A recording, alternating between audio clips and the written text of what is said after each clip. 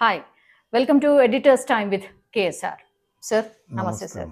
Sir ఈరోజు AP ఎలక్షన్స్కి సంబంధించి సార్ అన్ని నియోజకవర్గాలకు సంబంధించి విశ్లేషించుకుంటున్నాం కాబట్టి ఈ రోజు పర్టికులర్గా మనం తీసుకోపోయేది Chittoor parliament segment sir.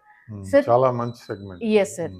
Chittoor అనగానే మనకు ఫస్ట్ గుర్తొచ్చేది టీడీపీ అధినేత చంద్రబాబు నాయుడు గారి నియోజకవర్గం కుప్పం గుర్తొస్తుంది సార్. కుప్పంలో ఎట్లాంటి సిచ్యువేషన్ ఉంది, దాంతో పాటుగా ఓవరాల్ గా ఆ ఇంపాక్ట్ కూడా చిత్తూరు పార్లమెంట్ మీద ఎట్లా పడబోతోంది సార్? ఈ చిత్తూరు పార్లమెంట్ అమ్మ చాలా తెలుగుదేశం పార్టీకి మంచి కంచుకోట లాంటి నియోజకవర్గం. కారణం ఏంటంటే రెండు నియోజకవర్గాలు చంద్రగిరి, కుప్పం, ఈ రెండు నియోజకవర్గాలు ఒకప్పుడేమో చంద్రబాబు నాయుడు గారు కానీ వాళ్ళ బ్రదర్ కానీ మరి గల్లా జయదేవ్ గారి అమ్మ గల్లా వాళ్ళంతా పోటీ చేసిన నియోజకవర్గం అది చంద్రగిరి. అది తెలుగుదేశం పార్టీ బాగా నర్చర్ చేశారు. అయితే గల్లా అరుణ్ కుమార్ గారు 2 పర్యాయాలు కాంగ్రెస్ అధికారంలో ఉన్నప్పుడు ఆమె గెలవటం జరిగింది. అది కూడా ఈ లోక్సభ పరిధిలో వస్తుంది అన్నమాట. ఇక్కడ ఏంటంటే కొన్ని ఇంపార్టెంట్ కాన్స్టిట్యున్సీస్ చంద్రబాబు నాయుడు గారి జిల్లా రాజకీయం అంతా కూడా ఆ చిత్తూరు జిల్లా వాసి కాబట్టి అక్కడే ఆయనకు మొత్తం అంతా కూడా కొట్టిన పిండే. అయితే ఈయన కుప్పం ఎంచుకున్న తర్వాత దాదాపు 1989 నుంచి ఇప్పటి వరకు ఆయనే గెలుస్తూ ఉన్నారు. ఆ కుప్పం నియోజకవర్గంలో వచ్చే మెజారిటీ తోటి చిత్తూరు పార్లమెంటుని గెలిచిన సందర్భాలు కూడా ఉన్నాయి.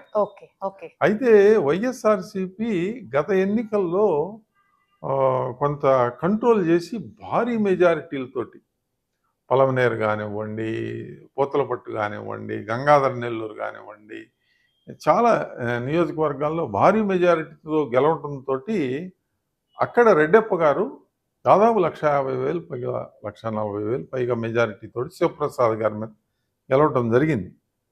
శివప్రసాద్ గారు అంటే ఆయనకి ఏజ్ కూడా అయింది, రెండోది ఆరోగ్యం కూడా ఆ టైంలో బాగోలేదు. అందుకని మెజారిటీలు మాత్రం చాలా భారీ మెజారిటీలతో గెలిచారు. దాదాపు కుప్పం నియోజకవర్గంలో చంద్రబాబు నాయుడు గారు మినహా మిగిలిన అందరూ కూడా ఓడిపోయారు తెలుగుదేశం పార్టీ అభ్యర్థులు. గత ఎన్నికల్లో 6 స్థానాలు వైఎస్ఆర్సీపీ గెలిస్తే ఒకే ఒక స్థానం కుప్పం స్థానాన్ని చంద్రబాబు నాయుడు గెలి. అయితే ఈసారి పరిస్థితి మారిందండి. మొత్తం ఎమ్మెల్యేలు అందరి మీద కూడా అవినీతి ఆరోపణలు, భూ కబ్జాలు, వర్గాలు ఇలా అందరూ ఉన్నారు. ఇందులో ఏంటంటే బాగా బలంగా ఉన్నది చెవిరెడ్డి భాస్కర్ రెడ్డి గారి కుమారుడు మోతిరెడ్డి పోటీ చేస్తున్నది నియోజకవర్గంలోనే కొంచెం బలంగా ఉన్నారు. చంద్రగిరి నియోజకవర్గంలో పులివర్తి నాని గారు పోటీ చేస్తూ ఉన్నారు. ఆయన రెండోసారి పోటీ చేయటం, ఆయనకి వ్యతిరేకంగా ఈ భాస్కర్ రెడ్డి గారి అబ్బాయి మోతిరెడ్డి గారు పోటీ చేయడం జరిగింది. ఆ నియోజకవర్గంలో మాత్రం బలమైన పోటీ జరుగుతుంది, తీవ్రమైన పోటీ జరుగుతుంది. చాలా దాడులు అవి కూడా జరిగినాయి. ఇప్పుడు సిట్ ఎంక్వైరీ కూడా అక్కడ జరుగుతా. ఆ నియోజకవర్గంలో గతంలో తెలుగుదేశం పార్టీ గెలిచిన, మరి కాంగ్రెస్ పార్టీ గెలిచిన, వైఎస్ఆర్సీపీ గెలిచిన అతి స్వల్ప తేడా ఉండేదండి. కానీ గత ఎన్నికల్లో భారీ ఓట్ల తేడా వచ్చింది. కూటమికి కూడా 5,000కు మించి ఓట్లు రాలేదు. బీజేపీ, జనసేన, బీఎస్పీ ఎవరో పోటీ చేశారు, అక్కడ అంత పెద్దగా ఓట్లు రాలేదు. అయితే ఈసారి పులివర్తి నాని గారు చాలా మందిని ఆకర్షించారు. ఈ భాస్కర్ రెడ్డి గారికి వ్యతిరేకంగా చాలా మందిని ఆకర్షించారు. ఈసారి పోటీ నువ్వా నేనా అనే స్థాయిలో జరిగింది అని చెప్తా ఉన్నారు. ఇక కుప్పం నియోజకవర్గంలో చంద్రబాబు నాయుడు గారు గెలుపు గ్యారంటీ. కానీ అయితే అక్కడ ఆయనకు వ్యతిరేకంగా పోటీ చేసే భరత్ ఇటీవల చాలా యాక్టివ్గా ఉన్నారండి. పెద్దిరెడ్డి గారు బాగా ఫోకస్ చేసిన నియోజకవర్గం అది. కొన్ని 100 కోట్లు అక్కడ డెవలప్మెంట్ ప్రోగ్రామ్స్ కానీ, రకరకాల స్కీమ్స్ మీద కానివ్వండి, ఎలక్షన్ ఖర్చు కానివ్వండి అక్కడ చేయటం జరిగింది. జడ్పీటీసీ ఎన్నికలు, పంచాయతీ ఎన్నికలు, లోకల్ బాడీస్ అన్నిటినీ కూడా గెలవటం జరిగింది. ఇవేం నిలబడవు అమ్మ. ఎందుకంటే తెలంగాణలో మీరు చూసే ఉంటారు, లోకల్ బాడీస్లో అన్నీ కూడా వాళ్లే గెలిచినా అసెంబ్లీ దగ్గరకు వచ్చేసరికి బైపోల్లో మీకు ఇక్కడ మునుగోడులో రాజగోపాల్ రెడ్డి గారు ఓడిపోయాడు. మరి ఒక సంవత్సరంలోనే జరిగిన రెగ్యులర్ ఎలక్షన్లో 30,000 మెజారిటీతో గెలిచారు. అంటే ఎలా ఉంటుందంటే ఓటరు స్థానిక సంస్థలు అని అంటే అది పూర్తిగా అధికార పార్టీకి అనుకూలంగానే అనుకూలమైన ఓటింగు వెరైటీకి వచ్చే విధంగానే ఉంటాయి. అలాగని చెప్పి పూర్తిగా తీసివేయలేమండి. కానీ ఇక అక్కడ బలమైన పోటీ జరుగుతున్న నియోజకవర్గాలు ఇక గంగాధర నెల్లూరులోను, చిత్తూరులోను, మరి పలమనేరు తెలుగుదేశం పార్టీకి అమర్నాథ్ రెడ్డి గారు కాంటెస్ట్ చేస్తున్నారు. ఆ పలమనేరు కాన్స్టిట్యున్సీ మాత్రం తెలుగుదేశం పార్టీ గెలిచే అవకాశం ఉంది. ఇంకొకటి నగరి నియోజకవర్గం ఒకటి తెలుగుదేశం పార్టీ గెలిచే అవకాశం. నగరం మీద ఏంటంటే ఎందుకని గెలుస్తుందంటే అక్కడ గాలి ముద్దుకృష్ణ నాయుడు గారు అదే కాన్స్టిట్యున్సీలో గతంలో ఎమ్మెల్యేగా పనిచేసి చాలా సీనియర్ నాయకుడు. వారి అబ్బాయి భాను పోటీ చేస్తూ ఉన్నారన్నమాట. భానుకి పాజిటివ్ కంటే కూడా రోజా గారికి నెగిటివ్స్ ఎక్కువైపోయింది. ఎందుకనంటే స్వకుటుంబంలోనే ఆమెకి వైఎస్ఆర్సీపీలోనే అన్ని వర్గాలు ఆమె వర్గం తప్పితే వాళ్ళ తమ్ముడు వర్గం తప్పితే ఇంకెవ్వరూ కూడా ఆమెకు అనుకూలంగా పనిచేయలేదు.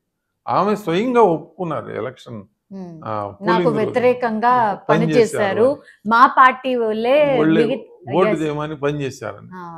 చంద్రగిరి నియోజకవర్గంలో పోటాపోటీగా జరిగితే నగిరి, పలమనేరు, కుప్పం నియోజకవర్గాల్లో చాలా పాజిటివ్గా తెలుగుదేశం పార్టీకి పోలింగ్ జరుగుతూ ఉంది. ఇకపోతే గంగాధర నెల్లూరులో చంద్రబాబు నాయుడు గారు కొత్త ఎక్స్పెరిమెంట్ చేశారండి. అక్కడ ఎంవి థామస్ డాక్టర్, ఆయన పేరున్న ప్రాక్టీస్ ఉన్న డాక్టర్, ఆయన్ని రాజకీయాల్లో ప్రోత్సహించారు. ఆయన చాలా ముందు నుంచే అక్కడ పనిచేసుకున్నారు. అదొకటి. కృపాలక్ష్మి గారు అంటే ఇప్పుడు నారాయణ స్వామి గారి డిప్యూటీ సీఎం. డిప్యూటీ సీఎంకి వ్యతిరేకంగా అక్కడ వర్గాలు, రెడ్డి సామాజిక వర్గానికి చెందిన వర్గాలు వ్యతిరేకంగా పనిచేస్తున్నాయి అనేది. ఎందుకంటే ఆయన కూడా అసహనం అనేక సార్లు వ్యక్తం చేశారు. రెడ్డి సామాజిక వర్గానికి పెత్తనం పూర్తినే మనం ఎమ్మెల్యేలను కానీ డిప్యూటీ సీఎం కానీ ఇక్కడ మనం నుంచోటానికి కూర్చోటానికి కూడా మనకి అవకాశం దొరకట్లేదు అని అనేక పర్యాయాలు ఆయన వాపోవట్లేదు. ఇప్పుడు ఆయన్ని వేరే చోట నుంచి పెట్టుకుని కృపాలక్ష్మి గారికి అక్కడ కాంటెస్ట్లో అది కూడా బలమైన పోటీ జరుగుతుంది. థామస్ గారి గెలుపుకి అవకాశం ఉంది, కానీ ఎలా ఉంటుందో రిజల్ట్ అనేది మనకి తెలియదు. ఇకపోతే పోతలపట్టులో కరికిలి మురళీమోహన్, ఆయన కొత్త అభ్యర్థి. సునీల్ కుమార్ కూడా కొత్త అభ్యర్థి వైఎస్ఆర్సీ. సునీల్ కుమార్ పోటీ చేస్తూ ఉన్నారు, మురళీమోహన్, కలికిరి మురళీమోహన్ పోటీ చేస్తూ ఉన్నారు. ఇక్కడ ఎంఎస్ బాబు గారు సిట్టింగ్ ఎమ్మెల్యే. ఎంఎస్ బాబు గారికి టికెట్ ఇవ్వలేదు. ఆ టికెట్ ఇవ్వకపోతే ఆయన కాంగ్రెస్ పార్టీలో జాయిన్ అవటం జరిగింది. ఇక్కడ ఎంఎస్ బాబు గారి వర్గం బలంగా కొన్ని ఓట్లను చీల్చుకోగలిగితే అక్కడ తెలుగుదేశం పార్టీకి పోటీ దగ్గరగా వచ్చే అవకాశం ఉంటుంది. ఏది ఏమైనా 3 నియోజకవర్గాల్లో వచ్చే భారీ మెజారిటీ 4 నియోజకవర్గాల్లో వైఎస్ఆర్సీపీకి అడ్వాంటేజ్గా ఉందండి. ఈ మొత్తం కాన్స్టిట్యున్సీలో 3 నియోజకవర్గాల్లో నగరి, మరి కుప్పం అండ్ పలమనేరు. ఈ పలమనేరు కాన్స్టిట్యున్సీస్లో తెలుగుదేశం పార్టీకి అనుకూలంగా, దాంతో వాళ్ళు మంచి మెజారిటీ తోటే ఈ చిత్తూరు లోక్సభ స్థానాన్ని తెలుగుదేశం పార్టీ కైవసం చేసుకునే అవకాశం కనిపిస్తా ఉంది ప్రస్తుతానికి. 3 నియోజకవర్గాల్లో తెలుగుదేశం, 4 నియోజకవర్గాల్లో వైఎస్ఆర్సీ. అంటే టఫ్ ఫైట్ ఉంది. అంటే కుప్పం నియోజకవర్గంలో 1,00,000 ఓట్ల మెజారిటీని టార్గెట్గా తెలుగుదేశం పార్టీ పెట్టుకుని వాళ్ళు పనిచేస్తా ఉన్నారు.